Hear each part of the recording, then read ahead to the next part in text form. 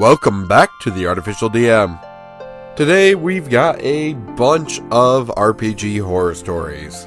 Normally I try to go ahead and stick one of these short ones into one of my other videos, but being as I've got a lot of long stories and requested stories kind of in my queue, I figured I would just do a video where I've got a bunch of short ones. Anyway, on to the stories. This story is from Captain Psych. Slow down there, Lord Farquaad.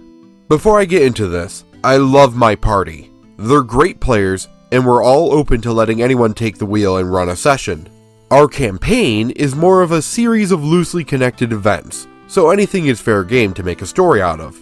Also, we haven't played the session that I'll be discussing yet.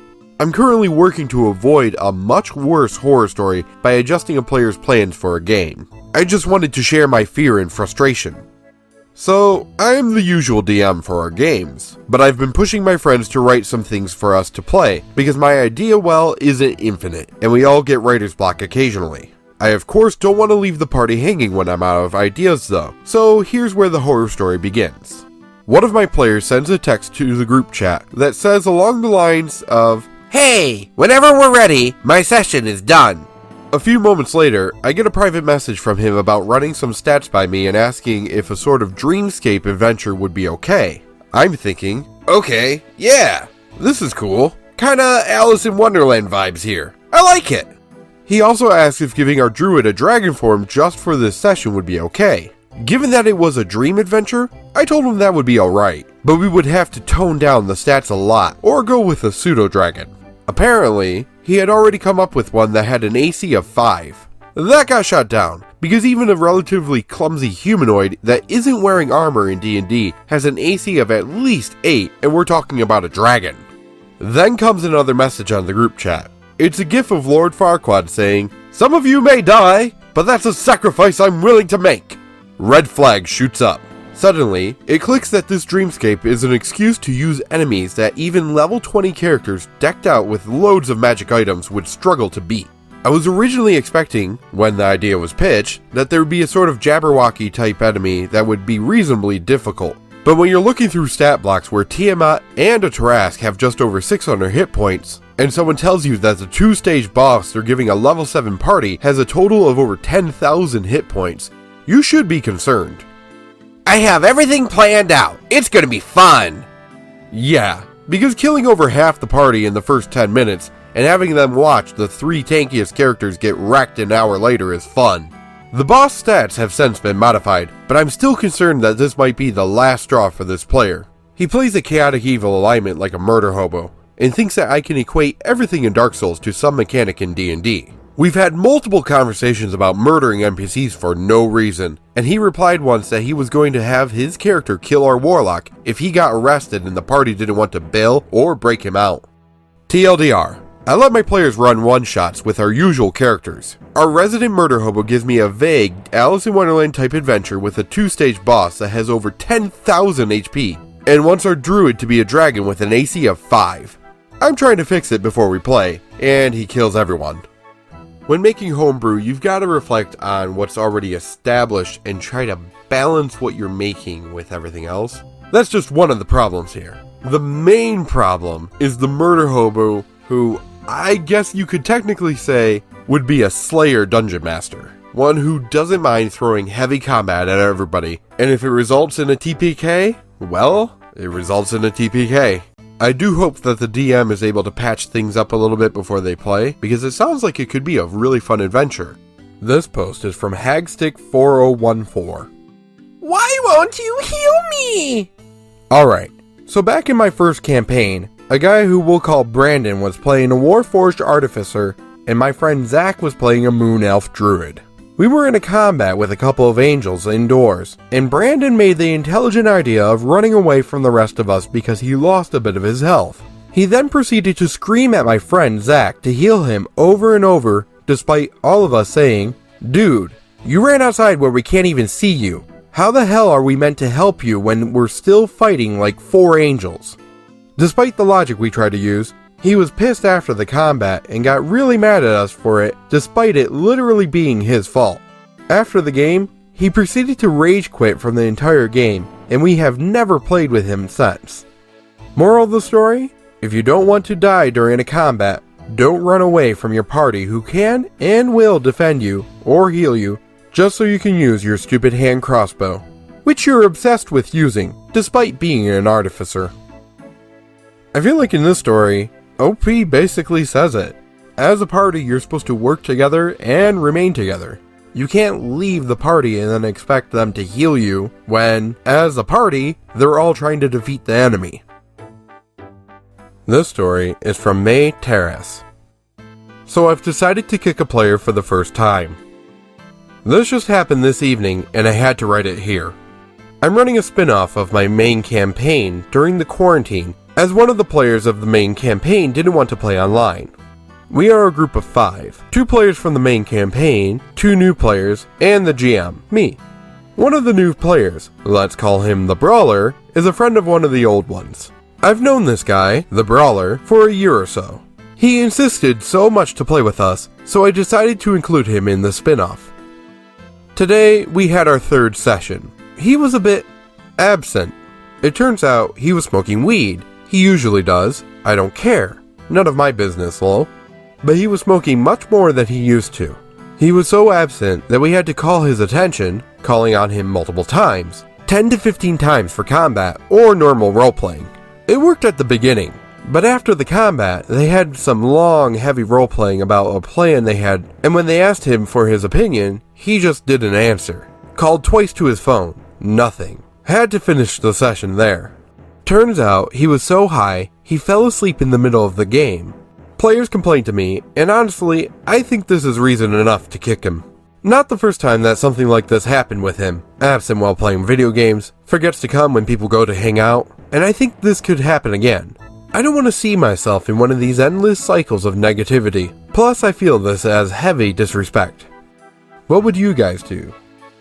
Personally, I feel that this scenario is the same as a player who is constantly on their phone or interrupting the game to just have a normal conversation. As the DM, or as the group as a whole, because all of them were having a negative impact by this player, they need to have this player have a conversation with them and say, "We don't mind you smoking weed, but please use D&D time as D&D time." But if he's still continuing the same behavior, then go ahead and kick him from the group. At least that's my view. What do you guys think? This story is from LS Sensei. Dad might be that guy. My family is playing through the Lost Mines of Phandelver as we are all home during quarantine. We all are playing for the first time, but my parents have been watching Critical Role, and I've always had an interest in it, so we started playing. We also all started at level 3, so we don't get TPK'd early on. My mom is DMing, and my dad is playing a Tiefling Warlock. My sister and I are also playing, but our characters don't matter.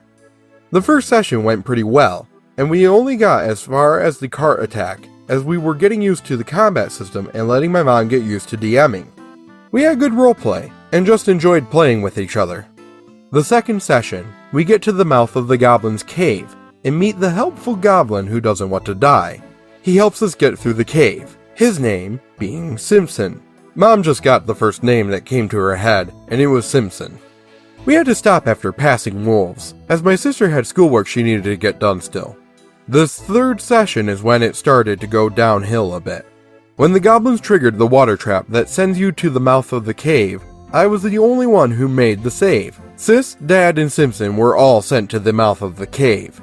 Since my dad was ahead in initiative, he went over to Simpson and killed him with his adamantine sword.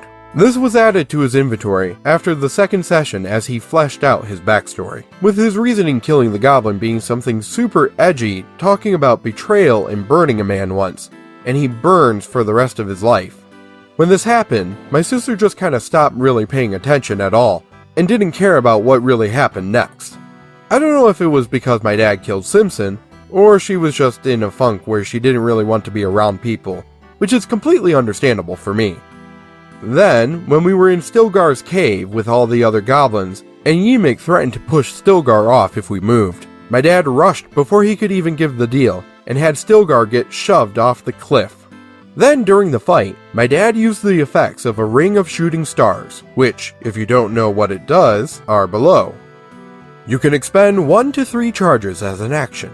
For every charge you expend, you launch a glowing mote of light from the ring at a point you can see within 60 feet of you. Each creature within a 15-foot cube originating from that point is showered in sparks and must make a DC 15 dexterity saving throw, taking 5d4 fire damage on a failed save, or half as much damage on a successful one. We are level 3, and he has these crazy powers and weapons because of his backstory. I was able to stabilize Stilgar afterwards, and in character gave him a very no bullshit, don't be such a dick talking to, and he just said he heard, and explained it being about how he can't let anyone betray him. He then let me lead the party as we went to Crags and convinced him to tell us where the black spider was and how to get there. Afterwards, I talked to my dad about power balancing and how his shooting stars and adamantium sword is overpowered and how that should be reserved for much higher level characters. For now, all I can hope is my dad can tone things down for the next session and make his character less overpowered. I feel like in this scenario, all the overpowered items because of his backstory is, as this player says, a little bit BS. The DM should probably go ahead and pull those items away from the player, or go ahead and give all the other players more magic items to kind of balance things out. And when it comes to Critical Role, I feel Critical Role did a lot of good by introducing the game to a lot of people and kind of normalizing D&D, but it also puts high expectations on people who have never played and probably never will play. It's mainly a show, and it is presented as a show, and therefore, they are doing all of these amazing things. Not to say that you can do amazing things in D&D, but when you first sit down at a table, you're not going to be going and creating an epic adventure in your very first session and reflected in your backstory. Eventually you'll get there, but it takes time to get there. This story is from Nito Chicken Burrito. Rogue gets mad because cleric threw him, blames entire party. In our most recent battle in this new online game, which was really fun, our DM really put the effort in. Our cleric, as a joke, threw our rogue at the enemies. This didn't go well with him. After threatening to kill the cleric if he dies, he tells us he's had enough and leaves the voice chat. Minutes later, he comes back on and tells all of us to go floop ourselves, then leaves again. Now, we can't actually play without him, so our DM convinced him to come back. He still refuses to help us with anything, and now actively trying to screw us over because his character feels betrayed. In a way, the rogue's not wrong. When it comes to throwing characters, you have to have an agreement to work together. You can't just pick up a PC and yeet them at the enemy, expecting them to do well, especially the rogue, who's not really built to be in the middle of the combat. Granted, the player is going about it completely wrong and throwing a temper tantrum, but in a way, the rogue has a point.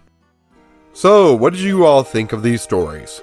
Be sure to leave a comment down in the comments below telling me your thoughts and opinions on these stories, or just whichever one stuck out to you the most. If you enjoyed the video, please consider giving me a like or maybe even a subscribe. I am seriously thankful for all of you over 2,000 subscribers that have decided to enjoy my content and hit the subscribe button. It seriously means the world to me. And speaking of 2,000 subscribers, now that we've hit the goal, be sure to keep your eyes peeled for the hot takes on D&D video I've got boiling. Thanks again to all of you glorious folks, and until next time, hope you feel inspired.